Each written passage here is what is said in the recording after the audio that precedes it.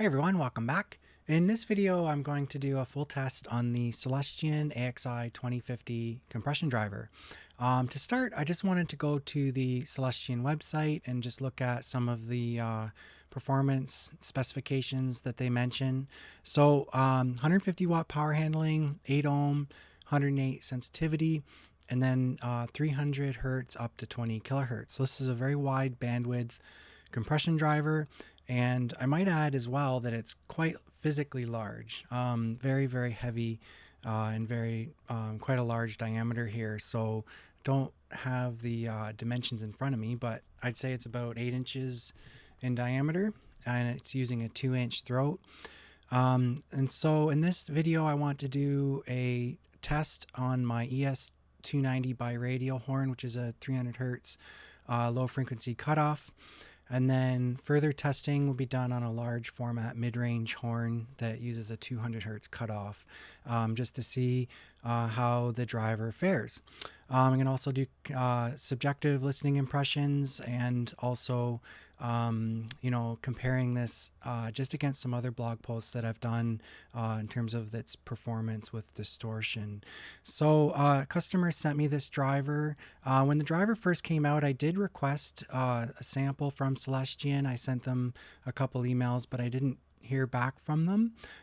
So I was quite eager to get my hands on this driver because it's pretty interesting in that they've been developing this driver for 5 years. It uses a unique diaphragm technology. They have a video on their site if you want to take a look. There's lots of videos online about this driver, and so there's been quite a stir in the industry about this driver. And I have been getting quite a few emails from customers asking me if I've tested this driver and what my thoughts were on it.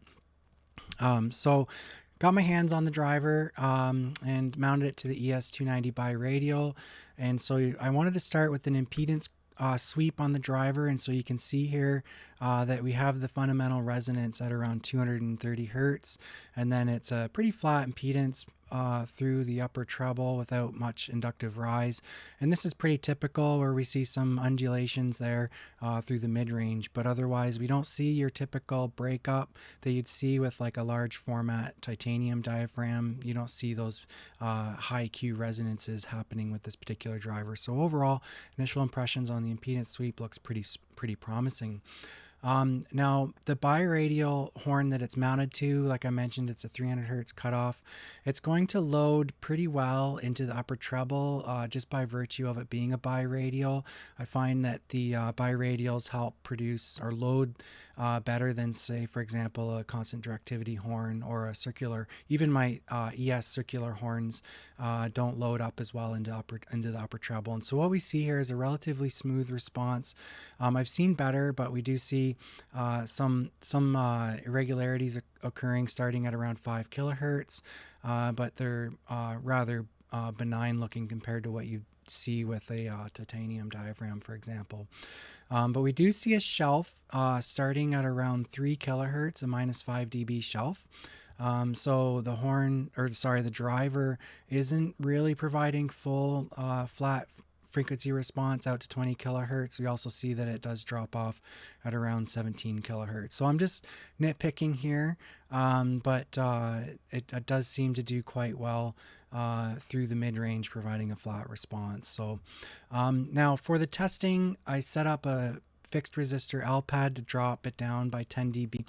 I do this so that I can get a quiet get out of the noise floor of the amplifier. My amplifier is still extremely quiet. It has a 109 dB signal to noise ratio, but there is still a little bit of hiss coming through the Hypex FA501 plate amp.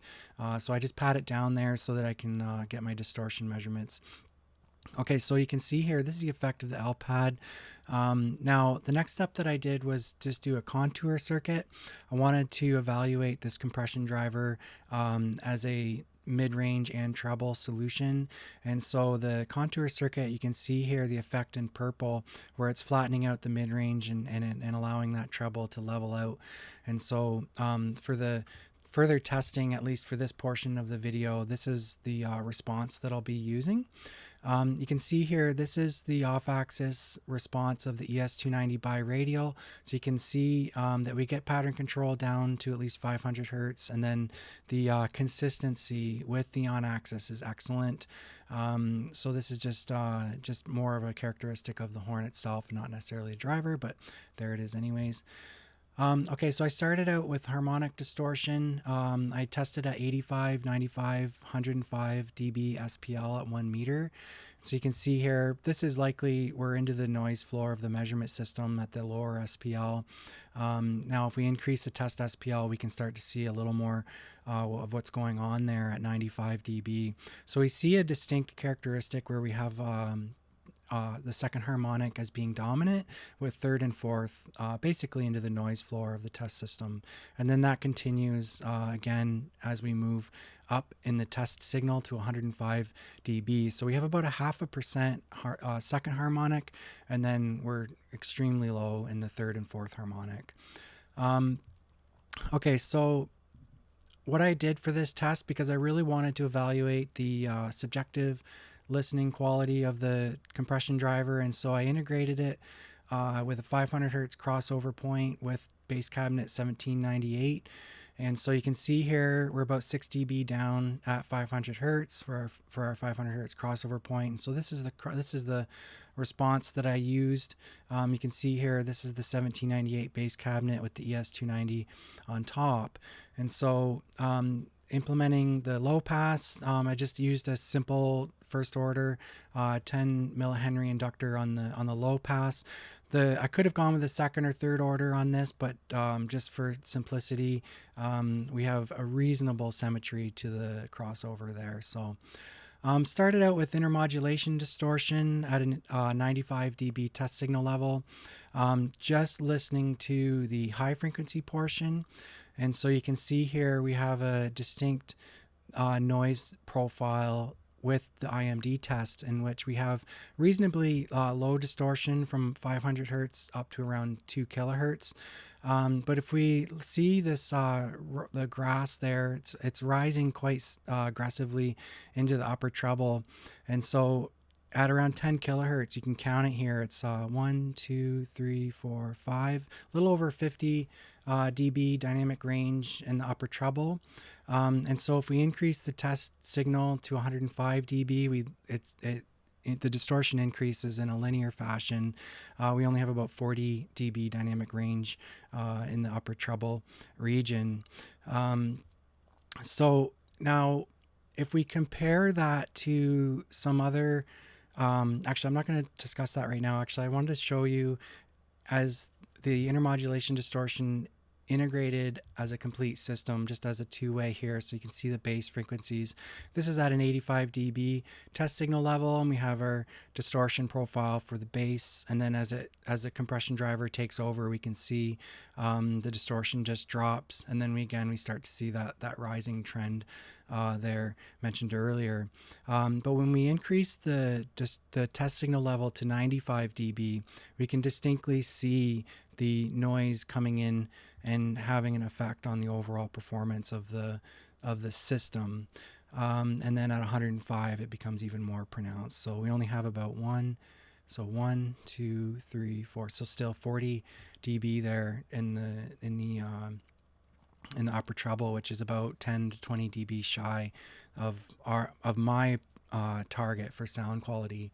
So I'm showing the step response here actually, just to show you the integration of the low frequency, high frequency, that we do have really good time alignment.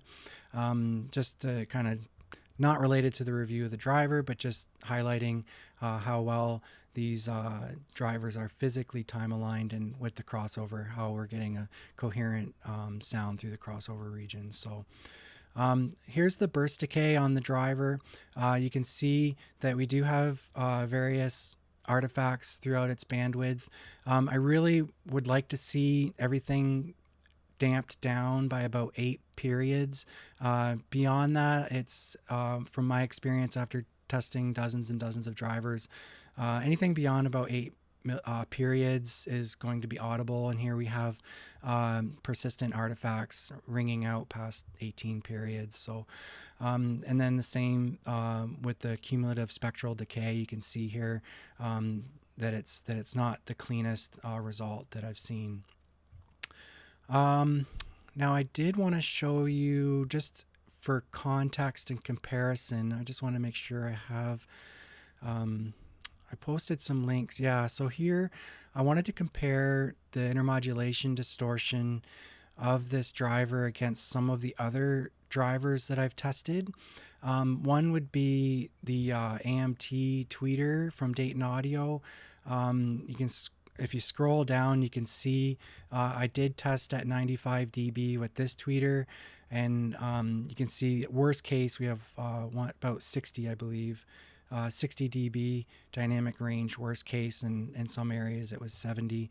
Another example would be the beryllium dome tweeter from SB Acoustics at a 95 dB test signal level. You can see here this one's at 95, so I believe we had 64 dB across its bandwidth. The very, very upper treble, 1, 2, 3, 4, 5, 6, so 52 dB there, I think, worst case in the very upper parts of the treble.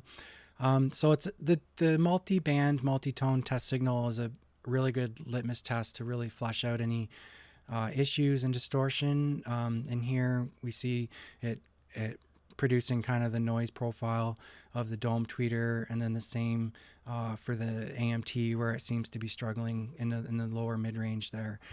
So same can be said for the Celestion. It's kind of revealing some limitations here. Now they decided at this point to mount the compression driver to a larger horn and to see how it works as a mid-range only solution. And so if you're not familiar, this is horn 1723, and so it's a large format mid horn using the ES curvature out to the mouth of the horn, where it doesn't have the full wraparound, just simply for size. You can see here it's about 45 inches wide, 32 inches tall, and 22 inches deep, and then it's made out of 4 pedals there. So I tested this, mounted the driver, and you can see here, so just the raw response with the horn loading into a lower part of the bandwidth, you can see here, and also this is not a biradial horn, and so it's not going to load as well into the upper treble, and so you do see a very aggressive falling response starting at around 5 kilohertz, but it does load well into the mid-range. You can see it there, and then also it's good pattern control, but it's not as well behaved as what you'd see with the ES biradial, which has, you know, the large wraparound on the horn mouth, and so you can see that it's more of a pro sound solution, this 1723 horn. And you can see the pattern control on the polar map, so it's not terribly consistent. I'd say about average, but you would really want to cross this horn at around 4 or 5 kilohertz, where you see it to start to narrow down to a narrower than a 90-degree listening window. So just for comparison's sake, I went back and looked at some of my other measurements on this horn, and you can see this is the frequency response of the BMS 4599. And so it's a relatively linear response, and it has kind of a large hump through its passband. BMS doesn't advertise this as a full range driver. You can see it fall off, and so you can see in the publication for the BMS compression driver, they say that the bandwidth tops out here. Where does it say? Just 9,000 hertz. So they're saying it's from a 200 hertz up to 9,000 hertz for this driver. And so a bit peculiar for me to see that the claim there up to 20 kilohertz, considering the distortion that I was seeing when I flattened the response on the ES biradial. So I'm not sure what that's about, but anyways. On the large format mid-range horn, tested at 85 dB, you can see that things improve. I didn't apply any contour circuit or EQ on this horn, and just used it strictly as a mid-range horn. And so you can see here that in the 500 hertz region, we're minus 80 dB. And then for the rest of the part of the bandwidth, it's minus 70 dB at 5 kilohertz. So it's much happier on the large format horn. And then you can actually see as we increase the test SPL to 95 dB, we can see it start to come back up. You know, a distinct kind of profile here. Now, with the contour circuit in place on the ES Biradial, basically you're seeing the noise floor EQ'd upwards like that because of my contour circuits. And so whether it's a passive circuit that you're using or a DSP to flatten the response, you're going to see the same result. So I would say, strictly speaking, this is a mid-range only solution. So subjective listening impressions. So I only did the subjective on the ES290 Biradial, and you can read there I ranked the various characteristics, but generally speaking, I found that the driver did sound good at the 85, kind of the 75 to 85 dB listening level. It's unique. Had a unique. I would call it a flaw. I would call it a flaw in the sense that once you pushed past that 85 dB, it just started to really fall apart in terms of sound quality. And so it almost had like a defined limit to how loud the driver would go when using it for mid-range and treble.